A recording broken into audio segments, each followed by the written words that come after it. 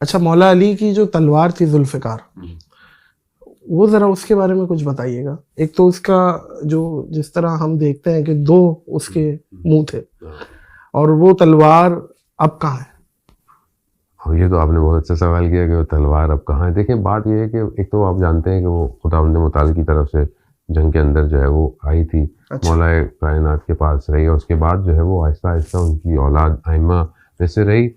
बाहर रिवायात हदीस यही कहती हैं कि वो तलवार अब इमाम मेहदी अजल्लल्लाहु ताला फरजहू शरीफ के पास है, होगी, और जब वो आएंगे होगी तो या है? मतलब क्योंकि वो तो आप लोग तो क्योंकि वो उनको कहते हैं ना कि वो आएंगे, जी उसका जी, मतलब वो देखिए रिवायात जो तो रसूल इसका खुदा मतलब से उनके पास है। रसूल खुदा सल्लल्लाहु अलैहि वसल्लम से ये है कि आखिरी जो इमाम है वो इमाम हुसैन की औलाद में से हैं। सही। ठीक है, अब अहले सुन्नत के मनाबे रिवायात ये कहती हैं कि वो पैदा होंगे, पैदा हम होंगे, कहते हैं कि जी पैदा, बहरहाल तो है, फर्क आएंगे फर्क ना, है, वही आएंगे, आएंगे, ज़ाहिर है तो वही जो पैदा हो आएंगे, गई जाहिर है। है इस चीज तो पे ज़ाहिर है तो ये कुछ चीज़ें उनके पास हैं, वो अंगूठी, ये भी जो मोहर नबूवत। वो जो मौलाए कायनात के पास थी, वो कहते अच्छा, हैं हज़रत मौला अली सलेमान वाली। वाली, हज़रत सलेमान नबी वाली जो अंगूठी थी, और इस तरह की चीज़ें कि जो बाज़ अम्बिया की भी हैं, बहरहाल वो इमाम की ही मलकियत है, ज़ाहिर है अल्लाह का नुमाइंदा है।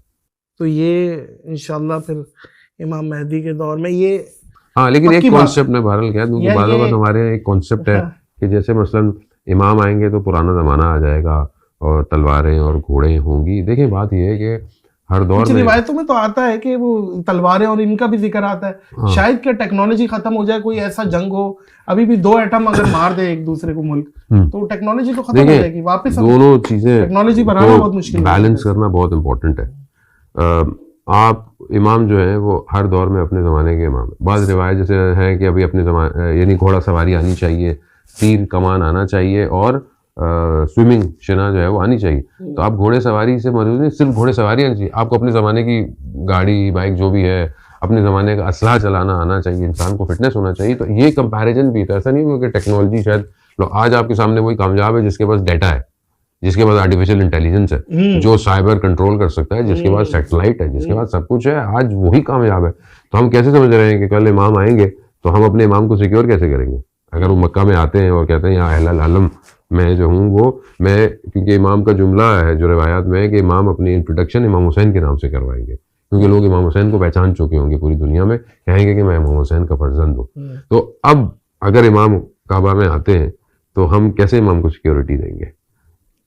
तो क्या हम भी समझते हैं कि नहीं हम बैठे रहें तलवार और घोड़ों का इंतजार करेंगे? ऐसा नहीं है, आपको टेक्नोलॉजी का टेक ओवर लेना है पूरी दुनिया के अंदर।